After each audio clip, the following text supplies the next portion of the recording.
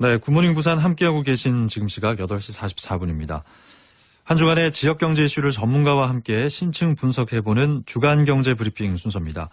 최근 신세계그룹이 대구 신세계백화점을 현지 법인화한다는 소식이 알려지면서 부산에서도 이 대형 유통사 출점 점포에 대한 현지 법인화 요구가 다시금 불붙고 있는데요. 오늘은 대형 유통사 부산 현지 법인화에 대해서 짚어보도록 하겠습니다.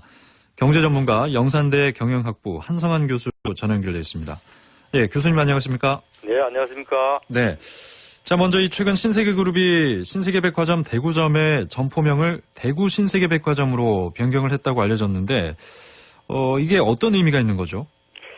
네, 일반적으로 이제 신세계 챈텀 시티점, 예를 들어서 롯데마트 금정점 이렇게 말하지 않습니까? 네. 금정 롯데마트 이렇게 부르진 않죠. 그렇죠. 그런데 이제 대구 앞에 이제 이름을 붙였죠. 대구 신세계 백화점이라고 부른 것은 아마 현지화에 대한 강한 의지를 상징적으로 보여주는 것이 아닌가 이렇게 생각이 됩니다. 네. 이름을 좀 바꾼다고 사실 그런 의미 부여를 할 수 있는 건 아니겠지만 그만큼 또 어떤 의지가 느껴진다는 그런 뜻인 것 같은데 일단 대형 유통업체들의 현지 법인화 사례 이외에도 다른 사례가 있습니까? 네, 그렇죠. 앞에서 말씀드린 대구 신세계 백화점은 사실은 2012년부터 현지 법인을 설립했고요. 광주 신세계 백화점은 그보다 훨씬 전인 1995년에 이미 현지 법인으로 출발했습니다. 네, 그렇군요.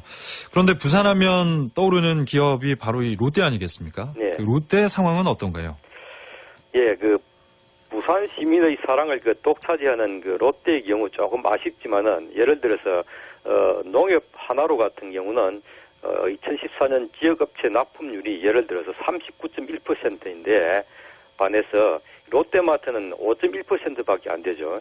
또 롯데마트 롯데 슈퍼의 지역 상품 구매 비중도 5.7%와 9.3%밖에 안 돼가지고 대형마트 9개사 중에서 사실은 꼴찌와 8위를 기록하고 있습니다. 예. 참 실망스럽죠. 그렇군요. 롯데가 부산에서 받는 사랑에 비해서 지역 상품 구매 비중을 단적으로 예를 드셨는데 그 비중이 매우 낮다. 네. 이런 말씀이신데 이게 또 현지 법인화와 관련이 있는 거 아니겠습니까? 그러면 근본적으로 현지 법인화가 왜 필요한지에 대해서 좀 얘기를 나눠봐야 될 것 같은데 왜 필요한 겁니까?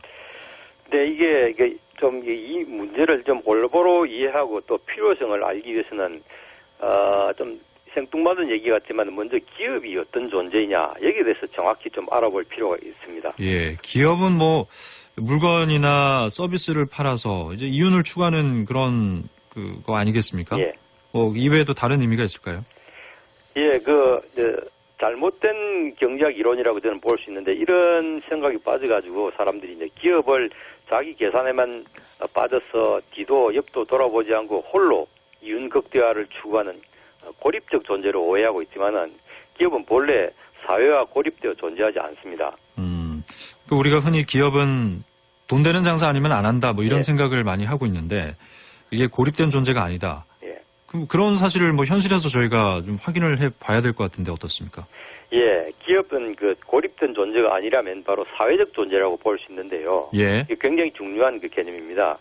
예컨대 이제 모든 기업은 실제로는 부품을 조달하는 하청 기업과도 관계를 가지고 있고, 네. 자금을 조달하는 은행, 또 노동조합, 또 생산된 제품을 구매하는 소비자와도 관계를 가지고 있고, 또 경제정책을 수립하고 시행하는 정부와도 또 긴밀한 관계를 가지고 있습니다. 예. 그리고 이제 현대사회가 되면 또 대기업이라는 기업 조직이 등장하거든요.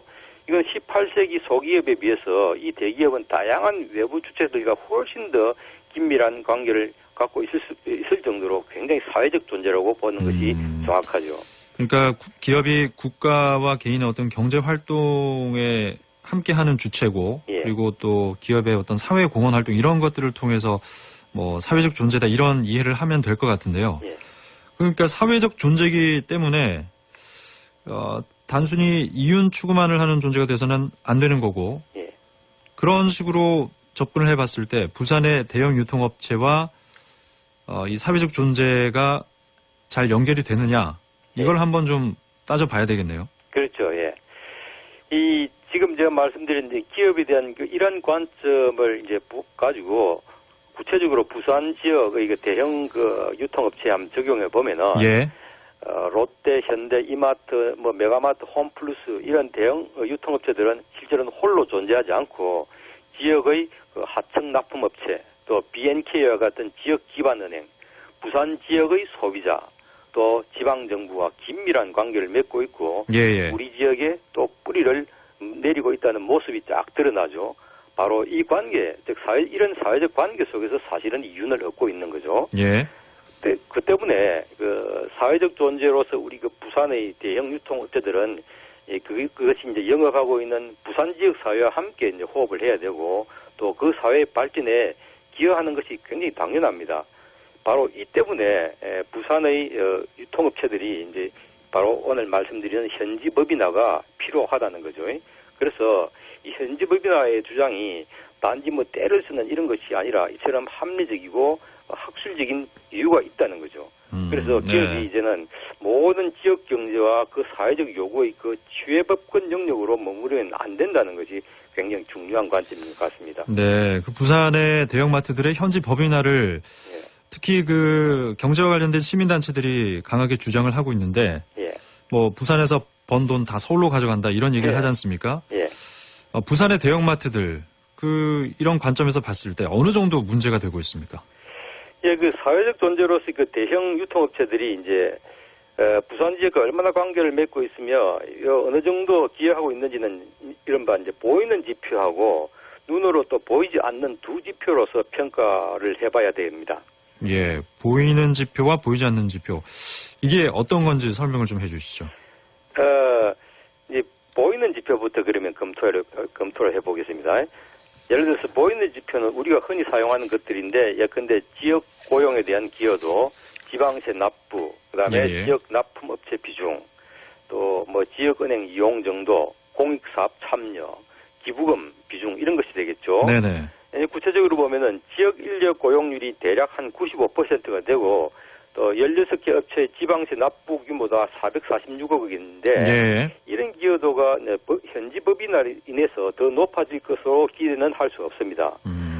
그러니까 대형 유통업체들이 현지 법인화 되지 않아서 이런 지표가 낮다고 주장할 수는 없는 거죠.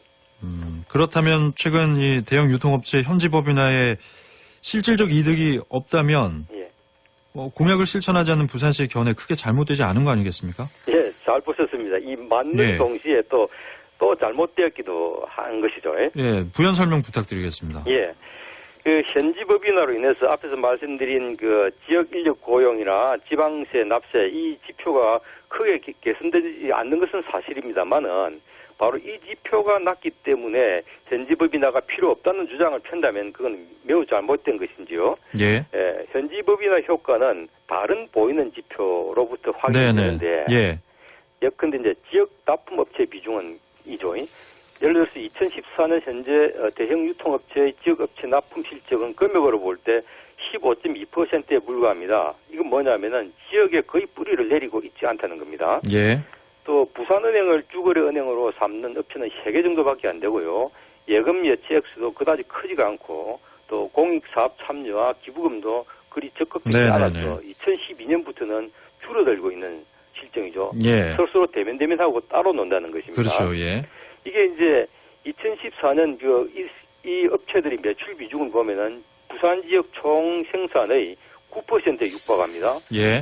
결코 적은 양이 아닌 물건을 부산 시민들에게 이렇게 많이 팔아서 이윤을 남기면서 부산 지역에 크게 도움이 되지 않다고 있다는 것이 보여지고 있죠. 네, 그 교수님 말씀 들어보니까 예. 부산 지역 대형 유통업체들 지금 예. 부산 지역 경제와 많이 고립돼 있다는 생각이 들거든요. 왜 예. 그렇습니까, 그러면? 예.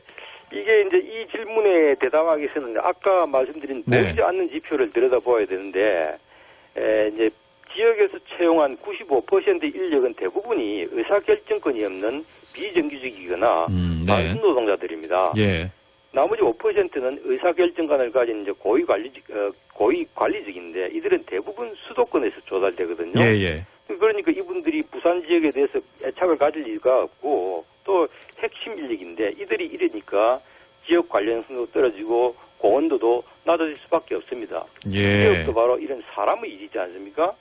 그래서 현지 법인화가 이루어지면은 먼저 이런 그 핵심 인력이 부산에서 채용될 가능성이 높아질 수도 있겠지만은 네네네. 그렇지 않더라 하더라도 기존의 인력마저도 이제 부산에 대해서 더 애착을 가지지 않겠습니까?